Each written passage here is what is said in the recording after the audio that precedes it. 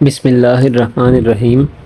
अस्सलामुअलैकुम dear students, उम्मीद है आप लोग ठीक ठाक होंगे, खैरियत से होंगे। बच्चों, आज हमारी क्लास 10 की बायो है। चैप्टर हम फर्स्ट स्टार्ट किया हुआ है और लेक्चर आज हमारा थर्ड है और टॉपिक है हमारा गैसेस एक्सचेंज इन ह्यूमंस। इससे पहले जो हमने वीडियो रिकॉर्ड की थी, जो लास्ट टाइम लेक्चर हमने दिया था, वो था गैसेस एक्सचेंज इन प्लांट्स। तो उसके बारे में काफ़ी हेडिंग्स बना के मैंने आपको समझाने की कोशिश की थी। उम्मीद है वो आपको समझ आ गया होगा। और आज हम स्टार्ट करेंगे इंशाल्लाह गैसेस एक्सचेंज इन ह्यूमंस। चलें जी, स्टार्ट करते हैं। हमें वो बताता है in humans and other higher animals, कहते हैं इंसानों में और जो दूसरे हायर एनिमल्स हैं, the exchange of gases is carried out by the respiratory system. कहते हैं जितने भी इंसान हैं या जो हायर एनिमल्स हैं, उनके अंदर जो गैसों का तबादला होता है वो कैसे होता है? Bye the respiratory system. देखिए, आप अगर आपको याद हो कि लास्ट लेक्चर में मैंने आपको बताया था कि जो प्लांट्स हैं उनके पास ना तो आर्गन सिस्टम होता है और ना ही आर्गन्स होते हैं रेस्पिरेशन के लिए। तो उनके मतलब जो जिस तरह कह लें कि टिश्यूज़ हैं, सेल्स हैं या एयर स्पेसेस हैं, स्टोमेटा हैं, क्यूटिकल है, इस तरह की आपने चीज़ें पढ़ी थी जिसके ज़रिए वो गैस का तबादला करते हैं। लेकिन जो इंसान हैं या जो हायर एनिमल्स हैं, उनके पास प्रॉपर रेस्पिरेटरी सिस्टम है जिसके ज़रिए वो गैस का तबादला करते हैं। उसके बाद कहता है we can divide the respiratory system two parts. कहते हैं जो रेस्पिरेटरी सिस्टम है हम उसको दो हिस्सों में तकसीम कर सकते हैं। पहले का नाम है the air passageway and the second is lungs. अब देखें, जो पहला हिस्सा है, चूँकि ये दोनों बारी बारी उसने बताने हैं, तभी मैं आज जो है वो पहला हिस्सा स्टार्ट करते हैं, वो है द एयर पैसेजवे। देखिए, यहाँ पे एक एमसीक्यू पूछा जा सकता है, ये शॉर्ट भी, कि रेस्पिरेटरी सिस्टम के जो पार्ट्स हैं उनके नाम बताएं या उनके नाम लिखें। तो अब आपने द एयर पैसेजवे एक और दूसरा लंग्स, ये आप इसको नोट करेंगे। अच्छा बेटे, उसके बाद हम चलते हैं जो हमारा असल टॉपिक है द एयर पैसेजवे। इसको उर्दू में कहते हैं हवा का रास्ता। अच्छा, एक बात बेटा अब नोट करनी है, क्योंकि अभी ये जो ब्रैकेट्स हैं जो मार्क किया वो आपको नज़र आ रही है, काफ़ी ज़्यादा ब्रैकेट नज़र आएंगी। तो मेरी ये कोशिश होती है कि जो जो चीज़ ब्रैकेट में बंद है, यानी कि जो जिसका आंसर होता है, उसको मैं अंडरलाइन कर देता हूँ। जैसे अगर आप गौर करें तो जो पहली ब्रैकेट आपको नज़र आ रही है उसमें यहाँ से वो शुरू हो गई है यहाँ पे और यहाँ पे ख़त्म हो गई है। अब इसकी हेडिंग मैंने अंडरलाइन की हुई है द एयर पैसेजवे, ये इस तरह से। अब बिल्कुल इस ब्रैकेट में जो हेडिंग होगी द एयर पैसेजवे, इस तरह नेक्स्ट भी जितनी भी आपको ब्रैकेट नज़र आएंगी उसमें मैंने कोई ना कोई हेडिंग ज़रूर दी होगी, तो वो आपने इसको साथ साथ नोट करना है। ब्रैकेट्स आपने बनानी है ताकि आपको नज़र आ जाए, और नोट भी करना है, जो चीज़ अंडरलाइन होगी वो भी हमने बनानी है ताकि आपको पता चल जाए कि ये एमसीक्यूज़ है, ये शॉर्ट है, ये लॉन्ग की हेडिंग है या ये किस चीज़ की हेडिंग है। तो साथ से मैं इंशाल्लाह आपको बताता जाऊँगा। आपने कोशिश करनी है कि बुक साथ रखनी है और जो जो चीज़ आपको बताई जाए वो नोट करते जाएँ ताकि आपका जो काम है वो बेहतरीन हो जाए। चलें बच्चों, हम स्टार्ट करते हैं the air passageway. The air passageway consists of the parts through which the outside air comes in the lungs and after the exchange of gases it goes। तो क्या मतलब बना?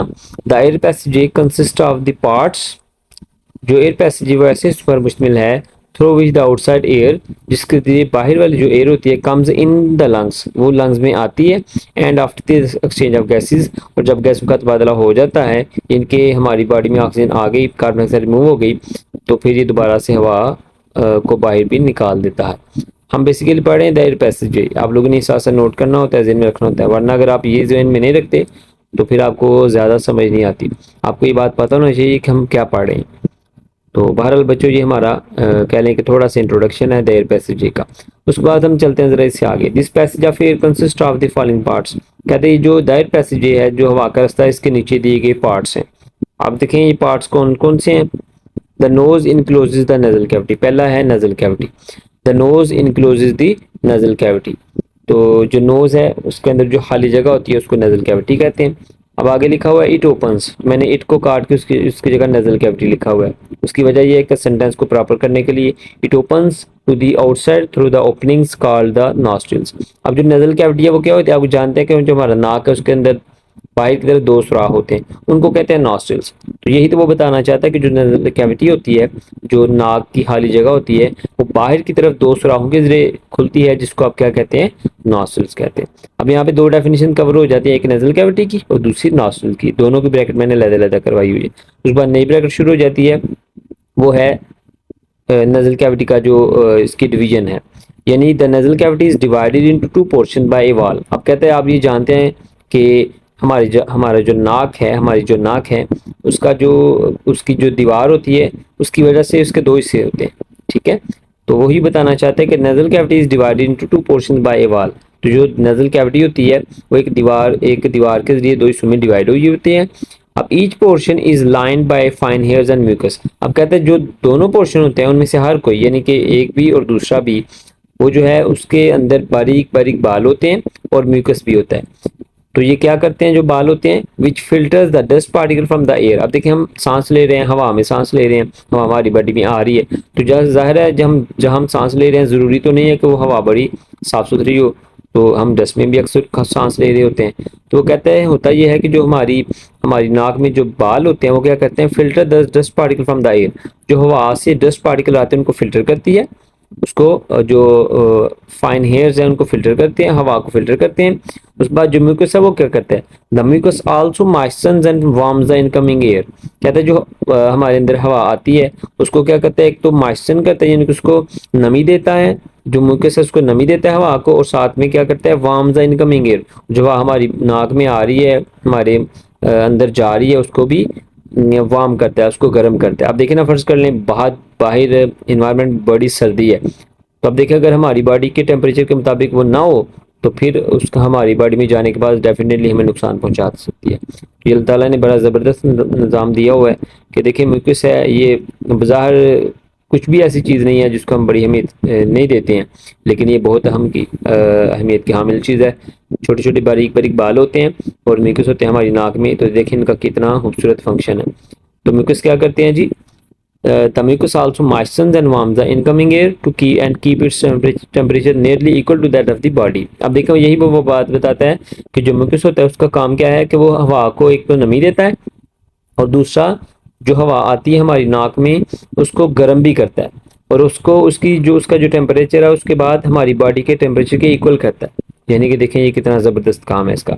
तो बहरहाल ये हमारा जो है थोड़ा सा पोर्शन मुकम्मल हो। उसके बाद बेटे हम चलते हैं ज़रा इसकी जो डायग्राम है उस पर।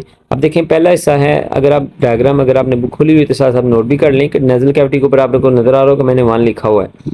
अब देखिए यहाँ पे मैंने 1 मेंशन किया हुआ है, ये 1 है, फिर ये 2 है, नज़ल कैविटी 1 है, फिर नॉस्ट्रिल्स हैं, फिर यहाँ पे राइट पे आ जाएगा फेरिंग्स आ जाएगा, फिर चौथा मैंने खुद से लिखा हुआ है लेरिंग्स आ जाएगा, फिर हमारे पास लेफ्ट पे आ जाएंगे ट्रैकिया आ जाएगा, फिर 6 पे ब्रोंकाइया आ जाएगा, फिर इसी तरह से हमारे पास जो है वो आ जाएंगे 7 पे हमारे पास आ जाता है ब्रोनक्यूल्स आ जाते हैं, ठीक है। फिर 8 पे हमारे पास आ जाता है एल्वेओलर डक्ट आ जाता है, और उसके बाद हमारे पास जो है वो एल्वेलाई आ जाता है।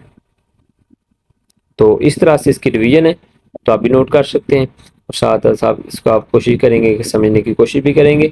जब आप ये नोट कर लेंगे तो आपको थोड़ा सा आइडिया हो जाएगा कि ये जो हवा का रास्ता है ये कैसे डिवाइड किया हुआ है। पहले नज़ल कैविटी है, फिर नॉस्ट्रिल है, फिर फेरिंग्स है, फिर लेरिंग्स है, फिर ट्रैकिया है, फिर ब्रोंकाई है, फिर ब्रोंक्यूल्स हैं, और फिर एल्वेओलर डक्ट है, और एंड पे एल्वेओलाई है जहाँ पे हमारी गैस का तबादला होता है, जहाँ पे ऑक्सीजन हमारी सेल्स में जाती है जिसकी मदद से, और फिर वहाँ से जो हमारे सेल्स होते हैं वो जो ऑक्सीजन जो कार्बन डाइऑक्साइड प्रोड्यूस की होती है वो हमारे लंग्स में जाती है, फिर वो लंग्स उसको बाहर निकालते हैं। तो ये इस तरह से काम चलता है। बहरहाल अब हम चलते हैं ज़रा इसके वो जो पोर्शन है उनके बारे में। अभी तक हमने जो पढ़ा है वो है नज़ल कैविटी की, मैं थोड़ी सी बातें पढ़ी हमने इसके बारे में की हैं, उसके बाद हमने जो है वो नॉस्ट्रिल्स के बारे में बातें की। अभी हम चलते हैं ज़रा इससे आगे, और वो है नज़ल का। अब नई ब्रैकेट शुरू हो जाती है, नई हेडिंग शुरू हो जाती है। अब हम बढ़ते हैं इंटरनल नॉस्ट्रिल्स। कहता है the नज़ल cavity opens into the pharynx by the means of 2 small openings called the internal nostril. अब देखें जो आप नॉस्ट्रिल आप ऊपर पढ़ चुके हैं वो बाहर वाली 2 खाली सुराख थे। अब हम पढ़ने लगे जो अंदर वालों की बात हो रही है। वो कहता है the नज़ल cavity opens into the pharynx. जो नज़ल कैविटी होती है वो फेरिंग्स में खुलती है, किससे, by means of 2 small openings. कहता है छोटी छोटी बारीक बारीक जो ओपनिंग्स हैं उनके जरिए वो अंदर की तरफ खुलती है, उन ओपनिंग्स को आप कहते हैं इंटरनल नॉस्ट्रिल्स। ये डेफिनेशन आपसे पूछी जा सकती है, डिफाइन इंटरनल नॉस्ट्रिल्स, तब आप ये लिखेंगे। उसके बाद अगली हेडिंग है वो है फेरिंग्स। तो फेरिंग्स मैंने अंडरलाइन इसलिए किया हुआ है क्योंकि ये हर ब्रैकेट मैंने स्टार्ट में बता दिया था कि जो भी ब्रैकेट मैंने करनी है उसकी हेडिंग मैंने जरूर कोई ना कोई दी होगी, आपने भी साथ उसको कर लेना है। बहरहाल अगली हेडिंग हमारी स्टार्ट हो गई है, वो है फेरिंग्स की। तो यहाँ पे शुरू होती है pharynx is a muscular passage, कहता है कि ये एक मस्कुलर पैसेज है, तो ये एक मस्कुलर पैसेज है and is common to both food and air, और ये ऐसा रास्ता है जो हवा के लिए भी और खुराक के लिए भी कॉमन है, यानी कि यहाँ तक फेरेंस तक हवा भी जाती है और फूड भी जाता है, लेकिन आगे भी डिवीजन हो जाती है। ठीक है, तो बहरहाल उसके बाद कहते हैं it extend to the opening of the oesophagus and the larynx. अब देखिए ना, अब जो फेरिंग्स है वो आइसोफेगस तक भी जो है मौजूद है और आगे लेरिंक्स तक ही मौजूद है, लेकिन चूंकि आगे जो हवा का रास्ता है वो चेंज हो जाता है, वो लेरिंक्स में चला जाता है, हवा लेरिंक्स में चली जाती है, लेकिन जो फूड होता है वो एसोफेगस में चला जाता है। तो इस तरह से जो है ये कॉमन है, फेरिंग्स जो है वो कॉमन है। लेकिन चूंकि हम हमारा मकसद अभी जो हम पढ़ रहे हैं टॉपिक वो एयर पैसेज है, इस वजह से हम आइसोफेगस की बात नहीं करेंगे क्योंकि वहाँ पे खुराक जाती है। अभी हम बात करेंगे आगे से, लेरिंक्स से आगे शुरू करेंगे। तो बहरहाल वो कहता है कि it extend to the opening of the oesophagus and the larynx, इस वजह से ये कॉमन होती है। उस पर नेब्रक शुरू होती है, the air goes from the pharynx into the larynx. अब देखिए ना, अब जो फेरिंग्स है उसके अंदर जो फूड भी है वो तो जाएगा एसोफेगस में, लेकिन जो हवा है वो कहाँ जाएगी, लेरिंक्स में। अब देखिए लेरिंक्स के बारे में बताएगा कि लेरिंक्स क्या है। वो कहता है अच्छा लेरिंक्स, ये तो आपने सुन लिया कि जो फेरिंग्स है उसके बाद हवा कहाँ पे जाती है, लेरिंक्स में। अभी वो हमें बताने लगा है कि ग्लाटिस क्या होता है। अब ग्लाटिस एक ऐसा नैरो ओपनिंग है, इसे एक ऐसी नैरो ओपनिंग है जिसके जरिए फेरिंग्स से हवा लेरिंक्स में पहुंचती है। अब ये देखें, वो ये बताता है कि glottis is a narrow opening at the floor of the pharynx which leads to the larynx. कहते हैं ग्लाटिस एक ऐसा नैरो ओपनिंग है, एक ऐसी नैरो ओपनिंग है जो कि फेरिंग्स के फ्लोर पर मौजूद होती है, जो कि बाद में लेरिंक्स में खुलती है। तो इसका मतलब ये बनता है कि जो फेरिंग्स है और जो लेरिंक्स है इनके इनके दरमियान जो एक नैरो ओपनिंग है उसको आप ग्लाटिस कहते हैं। उसके बाद अगर आप राइट जो बॉक्स है हमारे पास यहाँ पे आ जाएं, राइट बॉक्स है जो हमारे पास यहाँ पे ज़रा हम इसको पढ़ने लगे हैं कि the glottis is guarded by flap of tissue called the epiglottis. अब देखिए ये वेरी इंपॉर्टेंट दोनों डेफिनेशन है, आमतौर पर वो यही पूछता है कि differentiate between glottis and epiglottis, तब आपने ये दोनों लिखनी होती हैं। बाज़ का वो पूछ लेता है डिफाइन ग्लाटिस एंड एपिग्लोटिस इकट्ठा ही, और कभी कभार ऐसा भी होता है वो सिर्फ ग्लाटिस पूछ लेता है या एपिग्लोटिस पूछ लेता है। तो बहरहाल ये उसकी चॉइस है, वो जैसे मर्जी क्वेश्चन करे, हमें उसका आंसर आता होना चाहिए। तो बच्चे उसके बाद हम जो पढ़ने लगे हैं वो है ग्लाटिस। अब देखें वो कहता कि जो एपिग्लाटिस है वो क्या है बेसिकली। ग्लाटिस का आपको पता चल गया कि ग्लाटिक ऐसी नैरो ओपनिंग है जो कि फेरिंग्स और लेरिंक्स के दरमियान मौजूद होती है। अब वो बताने लगे कि एपिग्लाटिस क्या है। अब एपिग्लाटिस क्या होता है, the glottis is guarded by flap of tissue. अब कहते हैं जो ग्लाटिस होता है ना, जो ग्लाटिस होता है यानी कि जो नैरो ओपनिंग होती है वो एक फ्लैप ऑफ टिश्यू से ढकी हुई होती है। ठीक है, यानी कि सब ने एक ऐसा टिश्यू होता है जो फड़फड़ाने वाला टिश्यू होता है, यानी कि जो हिलता रहता है, तो ऊपर नीचे होता रहता है, मूवमेंट उसमें होती है। तो जो है ना उसके उससे जो ग्लाटिस है उसके ऊपर ढका होता है, आप उसको कहते हैं एपिग्लोटिस। यानी कि ये समझ लें कि ग्लाटिस के ऊपर जो ढक्कन पड़ा होता है उसको आप एपिग्लोटिस कहते हैं। ठीक है, तो ये क्या होता है, फ्लैप ऑफ टिश्यू होता है।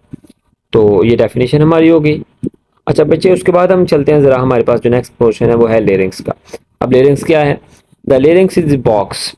लेरिंक्स एक ऐसा बॉक्स है मेड अप ऑफ कार्टिलेज, जो कि कार्टिलेज का बना होता है। अब कार्टिलेज क्या होती है आप जानते हैं, आपने पढ़ा होगा, कनेक्टिव टिश्यू, जिस तरह ब्लड है, हड्डी होती है जिसको बोन कहते हैं, इस तरह कार्टिलेज भी एक कनेक्टिव टिश्यू होता है। तो जिस आपने देखा होगा कि अक्सर हम गोश्त खा रहे होते हैं तो कुछ लोग उसको बड़े दिल जमी से खा रहे होते हैं।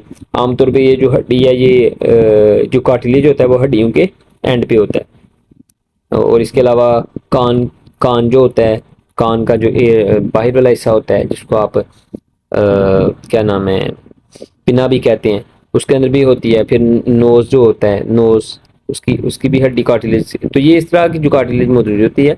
तो बहरहाल जो लेरिंक्स है वो भी एक बॉक्स है और कार्टिलेज से मिलकर बना होता है। अब कहता है it is present between the pharynx and the trachea. अब जो लेरिंक्स है वो किसके दरमियान मौजूद है, फेरिंग्स और ट्रैकिया के दरमियान मौजूद है। तो it is also called a voice box bye voice box. अब कहते हैं इसको वॉइस बॉक्स भी कहते हैं क्योंकि ये हवा जो आवाज़ है वो भी प्रोड्यूस करने में रोल प्ले करता है। बहरहाल उसके बाद हम नई बात शुरू करने लगे हैं वो है वोकल कॉर्ड्स। कहते हैं two pairs of fibrous bands. अब देखें फाइबर बैंड्स क्या होते हैं, ये समझ लें कि फाइबर्स से बने हुए बैंड्स हैं, यानी कि ये समझ लें कि ऐसे टिश्यूज हैं जो कि टफ होते हैं, इलास्टिक होते हैं। तो कहते हैं two pairs of fibrous bands called vocal cords. कहते हैं दो जो पेयर्स होते हैं फाइबर बैंड्स के जिनका वोकल कॉर्ड्स कहते हैं, are stretched across the larynx, वो लेरिंक्स में फैले हुए होते हैं। ठीक है, द वोकल कॉर्ड्स वाइब्रेट। कहते हैं जब वोकल कॉर्ड्स वाइब्रेट करते हैं, when there passes through them, कहते हैं जब हवा उनके अंदर से गुजरती है तो वोकल कॉर्ड्स क्या करते हैं, वाइब्रेट करते हैं। This vibration produces sound. तो इनकी वाइब्रेशन से साउंड प्रोड्यूस होता है, आवाज़ प्रोड्यूस होती है। इसी वजह से जो लिरिक्स है उसको आप वॉइस बॉक्स भी कहते हैं। तो चूंकि अभी आपने पढ़ा कि जो लिरिक्स है उसके अंदर ये जो वोकल कार्ड्स हैं वो फैले होते हैं, और जब हवा उनके अंदर से गुजरती है तो वो वाइब्रेट करते हैं, तो इनकी वाइब्रेशन से साउंड प्रोड्यूस होता है। तो ये है बेटे लिरिक्स के बारे में, वॉइस बॉक्स के बारे में या फिर वोकल कार्ड्स के बारे में।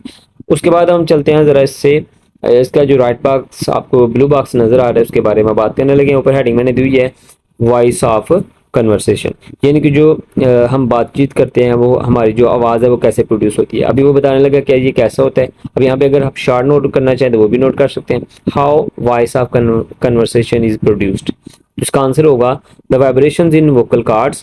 जो वोकल कार्ड्स होते हैं, जिस अभी हम पहले पढ़ चुके हैं, उनकी जो वाइब्रेशन होती है, एक तो ये बात होगी। उसके बाद द मूवमेंट ऑफ लिप्स, जो होंठ है उनकी मूवमेंट है, चीक्स हैं, गालें हैं उनकी मूवमेंट है, टंग जुबान की मूवमेंट है, एंड द जॉज, और फिर जो जबड़े हैं उनकी मूवमेंट है। प्रोड्यूस स्पेसिफिक साउंड, एक खास आवाज़ें जो है आवाज़ उनको प्रोड्यूस करते हैं, विच रिजल्ट इन स्पीच, जिसके ज़रिए हम बात करते हैं, जो फिर स्पीच कहलाती है। बहरहाल ये जो है इसकी कह लें कि वॉइस ऑफ कन्वर्सेशन है, कैसे प्रोड्यूस होती है, मैंने आपको बता दिया क्वेश्चन क्या है। उसके बाद छोटा सा इसका नेक्स्ट पॉइंट है वो है स्पीच, कि स्पीच क्या है। ठीक है, तो कहते हैं स्पीच इज एन एबिलिटी, ये एक ऐसी सलाहियत है that only humans are gifted with, जो सिर्फ और सिर्फ इंसानों के पास है। देखिए ना, बातचीत करना ये किसी और महलूक के पास ये वो एबिलिटी नहीं है, लेकिन इंसानों के पास है। उसके बाद कहते हैं this is one of the characteristics which has put human beings superior to all, और कहता है ये उन खास खसूसियत में से एक खसूसियत ये है कि इंसान बाकी सारी महलूक से अफजल है, और उसकी वजह ये भी है कि इंसान बोल सकता है, बातचीत कर सकता है, स्पीच कर सकता है।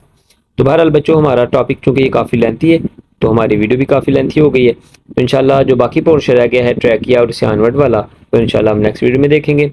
अगर बेटे आप लोगों का कोई क्वेश्चन हो की बात आपके जहन में कंफ्यूज हो, अगर आपको लगता है कोई क्वेश्चन आपका है तो बेटे पूछ सकते हैं। ठीक है बच्चों, बहुत शुक्रिया। अस्सलाम वालेकुम, अल्लाह हाफिज़।